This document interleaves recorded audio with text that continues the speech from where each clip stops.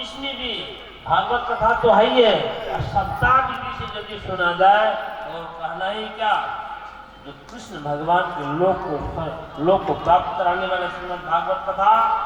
अब वहां पर धुंधकारी भागवत कथा की बहुत प्रशंसा करते हैं और करने के बाद इस शरीर की नश्वर शरीर के घृणास्पद का वर्णन करता है। ये देखिए, अहो अतो दोष निवृत्त्यार्थम एतद् एव हि साधनम बुद्धायुक्तो गोयेषु मस्ता इव जन्तु। ये मनुष्य कैसे जन्म लेता है? ये जन्म लेता है और मरता है। जैसे बुदबुद पानी की बुदबुदा पानी पड़ते समय बुदबुदा होता और फिर नष्ट हो जाता है। जैसे मच्छर जो जन्म लेता है वो मर जाता है, पेड़ पौधा जन्म लेता है फिर कुछ दिन के बाद पकता है। इसलिए कहते हैं सस्यम इव जायते सस्यम इव मरते पुनः। वेद में बता कठोपनिषद में वहां पर बताते हैं कि सस्यम इव जायते, ये पेड़ पौधा के समान जन्म लेते हैं और फिर नष्ट हो जाते हैं।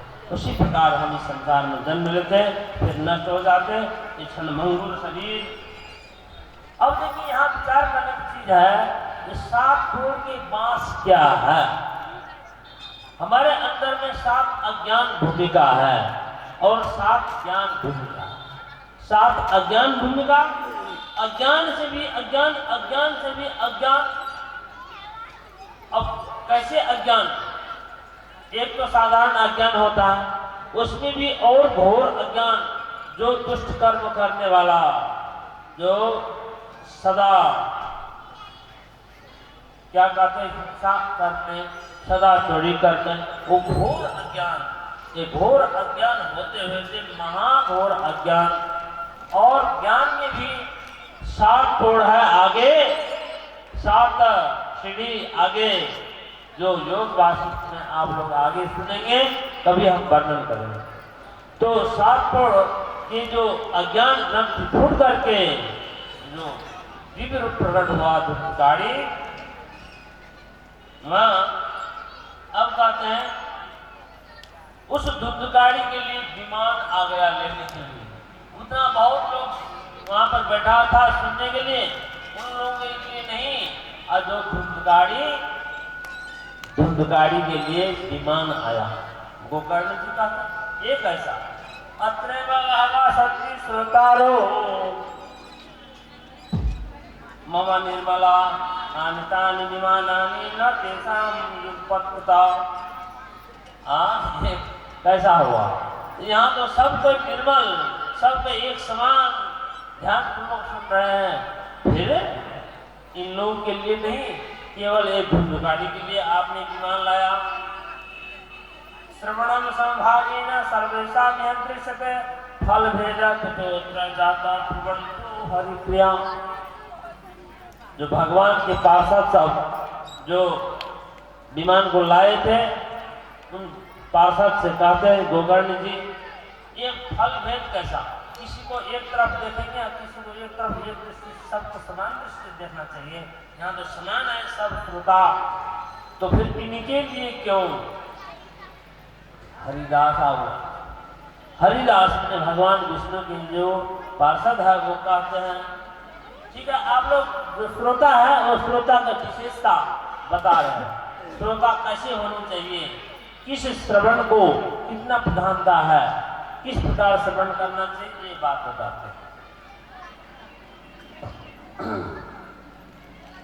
श्रवणस्य विभेदेन फलभेदोऽत्र संविदा सुक्तं सर्वेण तथा मरणं फलभेदस्ततो जातो भजनाद विमानदा।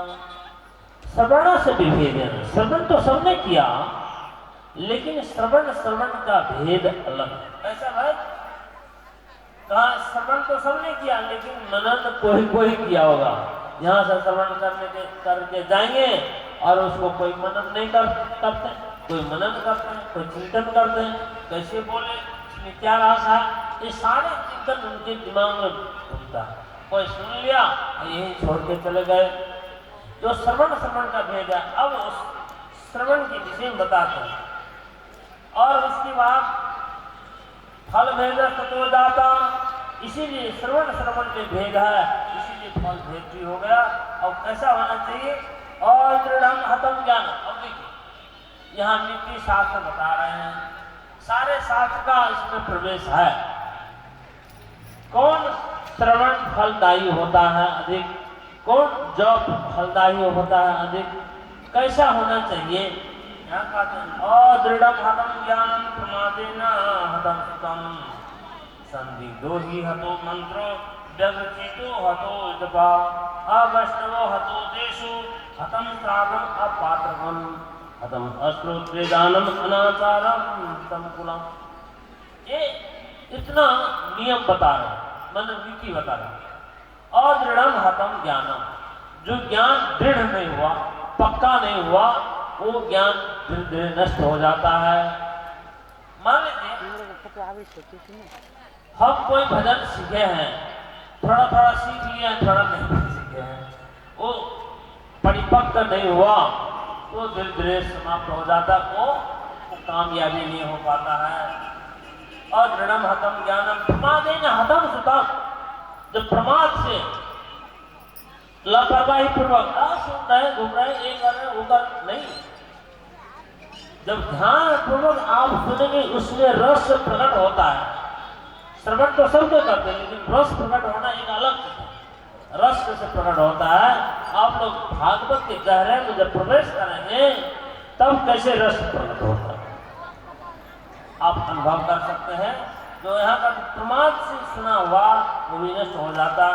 असंदिग्धो हतो मंत्रो, जिस मंत्र में संदेह हो वो भी मंत्र कामयाब